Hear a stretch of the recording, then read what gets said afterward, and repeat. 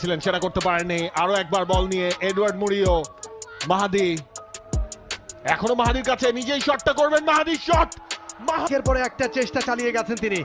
দেখুন মাহাদির আরো একবার সেই গোলটা, দারুণ ভাবে জায়গা তৈরি করে, একটা স্পেস তৈরি করে দারুণ ভাবে গোলটাকে পাঠিয়েছেন পোস্টে, এবং একের সমতা এই মুহূর্তে ফিরেছে পুলিশ এফসি।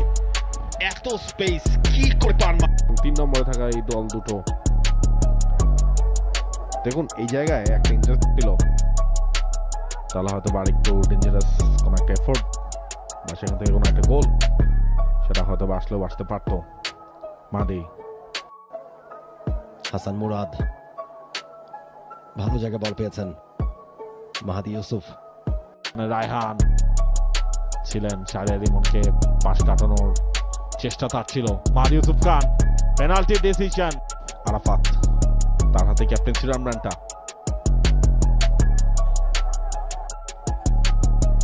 মাহাদি ইউসুফ খান রেখেছেন এখন পর্যন্ত, হাসান মুরাদ, মাহাদি, এখন পর্যন্ত আবাহনী, মাহাদি ইউসুফ খান দেখছেন কাকে দেবেন, ছোট্ট করে হৃদয়, সেখান থেকে মাহাদি ইউসুফ আরো একবার এগিয়ে যাওয়ার চেষ্টা, মেহেদি, স্যামুয়েল বটেং ঢুকছেন দুজনের মাঝখান দিয়ে, রাখতে পারেননি, মাহাদি ইউসুফ খান কেড়ে নিয়েছেন, একটা লম্বা পাস, এনামুল,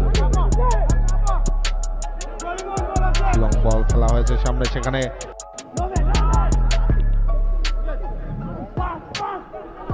মাহাদি,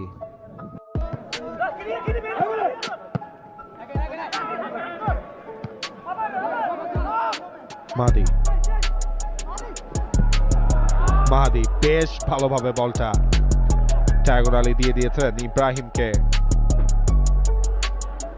ইব্রাহিম, সেখান থেকে আবারও মাহাদি, মাহাদি নিজেই শটটা করবেন, করেছেন ও পোস্টে।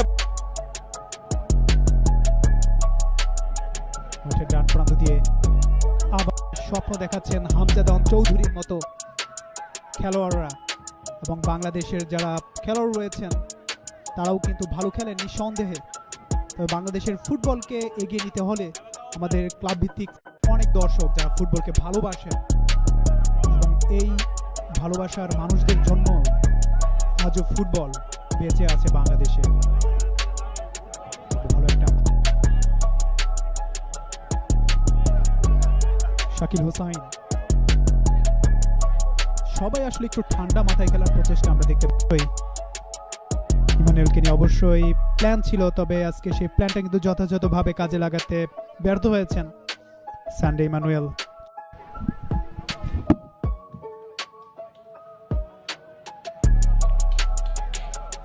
বক্সের ভেতরে কোন রকমে ক্লিয়ার করবার চেষ্টা,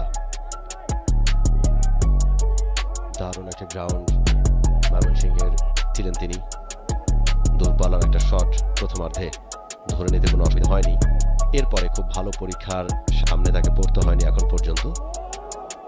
এবারে কিন্তু রাইট ফ্ল্যাঙ্ক ধরে আবাহনী লিমিটেড বক্সের ভেতরে ঢুকে পড়েছে, একটা ক্রস এবং গোলের সম্ভাবনা, সেটা পৌঁছেছিল ইব্রাহিমের কাছে। মাহাদি ইউসুফ চেস করে বলের দখল নয়, ট্রেইল করছিল একটা গোলে, শ্রাবণের একটা ভুলে নিজেদের আত্মঘাতী গোলের পর ফকিরেরপুর ইয়ং মেন্স ম্যাচের মতো উত্তেজনাপূর্ণ ম্যাচ রিশিডিউল করে প্লেস চেঞ্জ করে সেই জায়গায় ময়মনসিংহের এই মাঠটার চেহারাটা ফুটবলের জন্য বেশ ইতিবাচক একটা ব্যাপার, কোনো সন্দেহ নেই।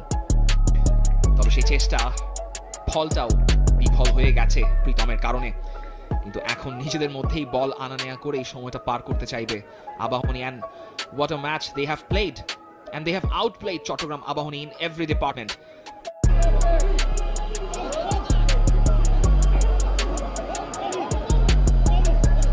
মাহাদি ইউসুফ চমৎকার ট্রিকারি করে বলটা রেখেছেন, এখনো